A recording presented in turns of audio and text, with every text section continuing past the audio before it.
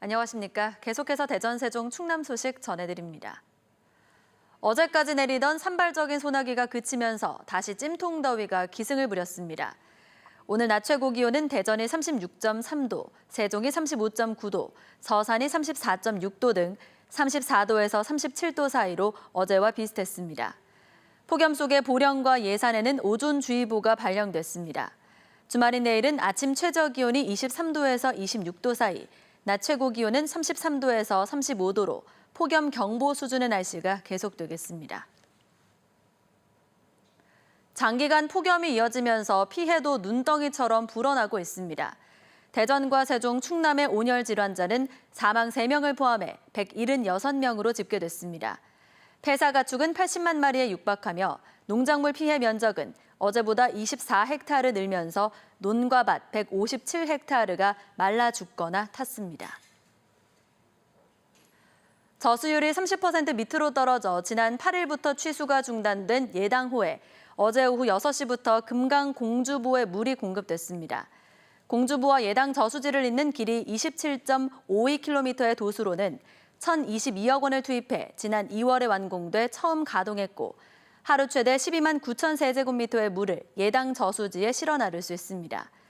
도수로 수해 면적은 공주시 476헥타르, 예산군 494헥타르 등 970헥타르에 이릅니다. 예산군과 농어촌 공사는 도수로 개통을 반기고 있지만 저수율이 29%대에 불과하고 12일에 걸쳐 물을 끌어와도 급수량이 하루치에 그쳐서 가뭄 장기화에 따른 농작물 피해가 우려되고 있습니다. 이탈리아의 명문 대학인 산타체칠리아 음악원이 세종시에 분교를 세우겠다며 정식으로 신청서를 냈습니다. 대학 부진은 있었지만 성과가 미미했던 세종시의 국내외 대학 유치에 신호탄이 될 전망입니다. 보도에 김인미 기자입니다. 소프라노 조수미를 비롯해 세계적인 거장들을 배출한 이탈리아 로마의 산타체칠리아 국립음악원. QS의 세계 대학 평가에서 실용예술 분야 28위로 평가된 명문으로 최근 세종시에 분교를 세우겠다며 교육부에 정식으로 신청서를 냈습니다. 지난해 2월 행정중심 복합도시 건설청과 투자 유치 협약을 맺은 지 1년여 만입니다.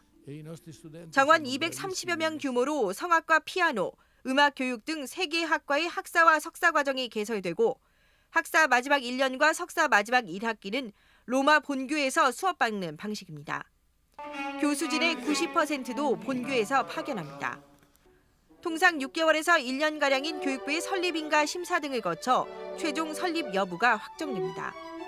산타체칠리아 음악원은 우선 내년 하반기 이곳 교육부와 복합 편의시설에서 문을 연 뒤 오는 2022년 공동 캠퍼스에 둥지를 트게 됩니다. 사생활권에 조성 중인 대학 부지만 있을 뿐 성과는 거의 없던 세종시 대학 유치에 신호탄이 될 전망입니다. 국립행정대학원 등 여러 대학에서 4-2 생활권의 입주를 본격적으로 논의를 하고 있습니다. 이러한 대학들이 입주를 하게 되면 세종시의 자족 기능은 더욱 보강될 것으로 기대합니다.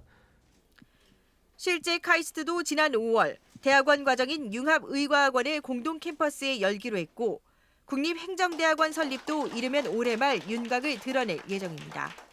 MBC 뉴스 김유미입니다. 현금 수송 차량에서 현금 2억 원을 훔쳐 달아난 수송업체 직원의 차량이 경기도 평택에서 발견됐습니다. 경찰에 따르면 오늘 낮 12시쯤 평택시 한 골목에서 수송업체 직원 A씨가 범행에 사용한 것으로 보이는 승용차가 발견됐습니다. 차량 안에는 각종 영수증과 전단 등이 쌓여 있지만 현금은 없었던 것으로 전해졌습니다. A씨는 지난 7일 천안시 한 대형마트 주차장에서 동료 2명이 현금 자동 입출금기에 현금을 넣으러 간 사이 2억 원을 훔쳐 달아난 혐의를 받고 있습니다. 북한산 석탄의 국내 반입 의혹이 사실로 드러났습니다.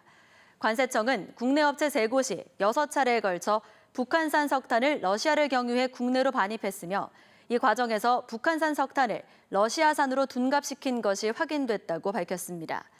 또 북한산 선처를 원산지 증명서 제출이 필요 없는 러시아산 세미코크스로 속여 한 차례 국내로 들여온 사실도 확인됐습니다. 대전에서 전해드렸습니다. 고맙습니다.